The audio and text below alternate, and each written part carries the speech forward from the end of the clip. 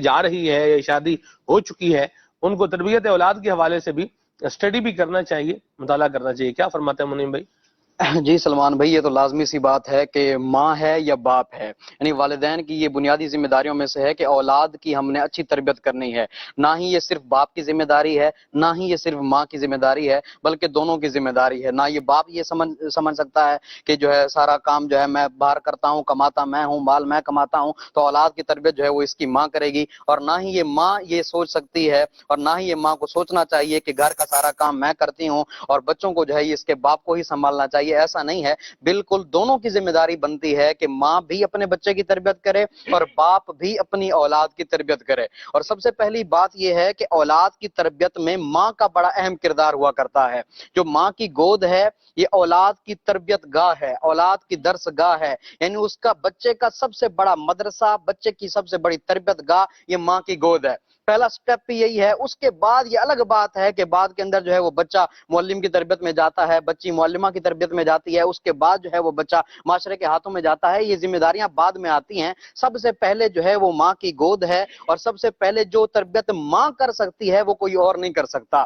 ماں کے ہاتھوں میں جو بچہ ہوتا ہے نا وہ گیلی مٹی کی طرح ہوتا ہے یا کورے کاغذ کی طرح ہوتا ہے. ماں اس کو جس سانچے میں ڈھالنا چاہے ڈھال سکتی ہے، جو اس کو سکھانا چاہے سکھا سکتی ہے. جو اس کو بچپن میں سکھا دے گی وہ اس کے پاس نقش ہو جائے گا پتھر پر لکیر کی طرح. وہ مجموع الزوائد کی حدیث پاک بھی ہے نا کہ العلم فی صغرہ، کہ بچپن میں علم حاصل کرنا کا نقش علی الحجر، پتھر پر نقش ہونے کی طرح ہے. تو بچپن میں جو کچھ آپ نے اپنے بچے کو سکھا دیا ہے وہ ساری عمر اس کے ساتھ رہے گا. اور بچپن کے اندر اگر اس نے کوئی بری عادت آپ سے سیکھ لی ہے، آپ کے کسی عمل سے، آپ کے کسی قول سے، فعل سے، آپ کے کسی انداز سے، عادت سے، اعتبار سے اس نے کوئی بری عادت سیکھ لی ہے، تو عموماً ایسی عادتیں عمر بھر اس کا ساتھ نہیں چھوڑتی. تو بچپن سے ہی ماں ایسے اعمال کرے، ایسے افعال کرے کہ بچہ ان اعمال کو اپنائے، ان اعمال کو سیکھے. امام غزالی رحمۃ اللہ تعالی علیہ نے لکھا ہے کہ بچہ ایک ایسا جوہر ہے جو خیر کو بھی قبول کرتا ہے، شر کو بھی قبول کرتا ہے. اب یہ ماں کے اوپر ہے، باپ کے اوپر ہے کہ وہ اس کے اندر سے کس صلاحیت کو اجاگر کرتے ہیں. یعنی جو اس کے اندر یہ سارے فن ہے، ایک تحقیق کے مطابق تو بچہ 8 سال کی عمر میں جو کچھ اس نے بننا ہوتا ہے وہ بن جاتا ہے. چور بننا ہے، ڈاکو بننا ہے، اہل علم بننا ہے، جو بننا ہے اس عمر کے اندر بن جائے گا. مطلب یہ ہے کہ ذہن سازی جو ہے اس کی وہ اس عمر میں ہو جاتی ہے. عملی اقدامات آگے والے مراحل میں شروع ہوتے ہیں. تو ہم ماں نے دیکھنا ہے اور باپ نے دیکھنا ہے کہ وہ اس کی کون سی صلاحیت کو اجاگر کر رہے ہیں. باپ جو ہے وہ اپنی اولاد کے سامنے جھوٹ نہ بولے، ویسے ہی نہیں بولنا، لیکن اولاد کے سامنے کوئی ایسا عمل نہیں کرنا جس کا اثر بچے پر پڑے. آپ دیکھ لیں کہ ہمارے جتنے بزرگان دین گزرے ہیں ان میں سے کئی بزرگان دین ایسے ہیں جن کی تربیت میں ان کی ماں کا بڑا اہم کردار تھا. سب سے بڑی مشہور مثال غوث پاک رضی اللہ تعالیٰ عنہ کی دیکھ لیجئے کہ بچپن ہی سے جب چھوٹے سے تھے اور سفر پہ جا رہے تھے، ماں نے ان کے قمیض میں 40 درہم سی دی اور نصیحت کی کہ بیٹا جو کچھ بھی ہو جائے جھوٹ نہیں بولنا. پھر جب ڈاکو نے پوچھا تھا کہ تیرے پاس کچھ ہے، آپ نے فرما دیا میرے پاس 40 درہم ہے. چور حیران ہو گیا کہ چوروں کو بھی بتایا جاتا ہے کہ میرے پاس مال ہے. جب سردار کے پاس لے جایا گیا تو وہاں پر بھی آپ نے کہا کہ میرے پاس مال ہے، تو وہ حیران ہو گیا کہ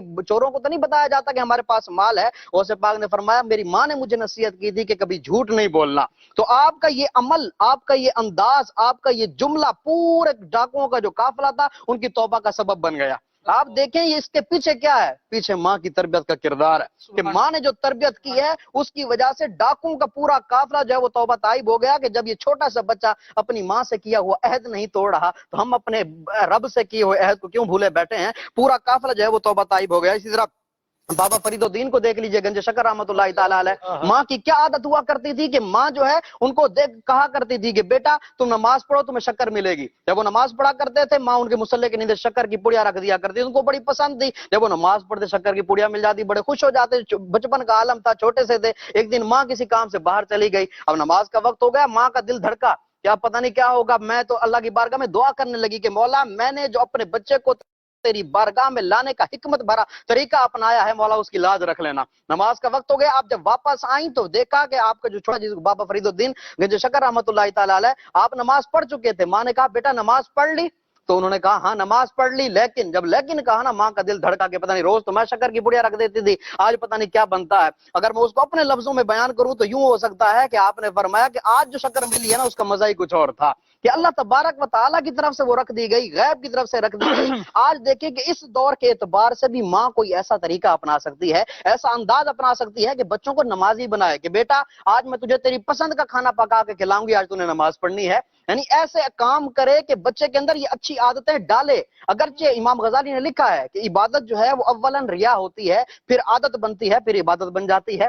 تو بچے کے اندر یہ چیزیں ماں کا فرض بنتا ہے کہ اس کے اندر پیدا کرے۔ اگر بچہ چھوٹا سا ہے، اگر وہ رو رہا ہے تو اس کو گانا یا موسیقی سنانے کی بجائے اس کے سامنے ذکر اللہ کیا جائے، اس کو جو ہے وہ ماما پاپا کا نام سکھانے کی بجائے، پپو چنو منو سکھانے کی بجائے جو ہے اللہ اللہ کا نام لیا جائے، تو انشاءاللہ جب وہ اپنی زبان سے نکلے گا تو پہلا لفظ اللہ تبارک و تعالیٰ کا ہی نکلے گا، اور اس کی برکتیں بچہ بھی پائے گا اور اس کے والدین بھی پائیں گے۔ اور علماء نے لکھا ہے انشاءاللہ اللہ نے چاہا تو یہ بچہ بڑا ہو کر بھی اللہ کے ذکر سے غافل نہیں ہوگا۔ خلاصہ یہی ہے کہ ماں کو چاہیے اپنی اولاد میں اچھی عادتیں پیدا کرے، اس کو درود پاک پڑھنا سکھائے، اللہ کا ذکر کرنا سکھائے، اس کو اخلاق حسنہ کا خوگر بنائے، اقدار عالیہ کا مجسمہ بنائے، اور ایسی عادتیں اس کے اندر پیدا کرے کہ جب یہ بچہ بڑا ہو تو اس کے اندر ساری اچھی عادتیں موجود ہوں اور بری صحبت سے یہ ہمیشہ دور رہے۔ اللہ کرے جی دور رہے۔ اور ماں باپ یہ ماں بھی کب سکھائے کہ جب ماں کو خود پتا ہوگا جی۔ یہ بہت اہم اور بڑی ضروری بات ہے، خود بھی سیکھنا بھی چاہیے اور سکھانا بھی چاہیے، اور اسٹڈی بھی کرنی چاہیے، اس کے لیے مطالعہ بھی کریں۔ تربیت اولاد مکتبۃ المدینہ کی ایک زبردست اور آسان سی کتاب ہے، اس کو جو ہے وہ آپ مطالعہ فرمائیں، اس میں کافی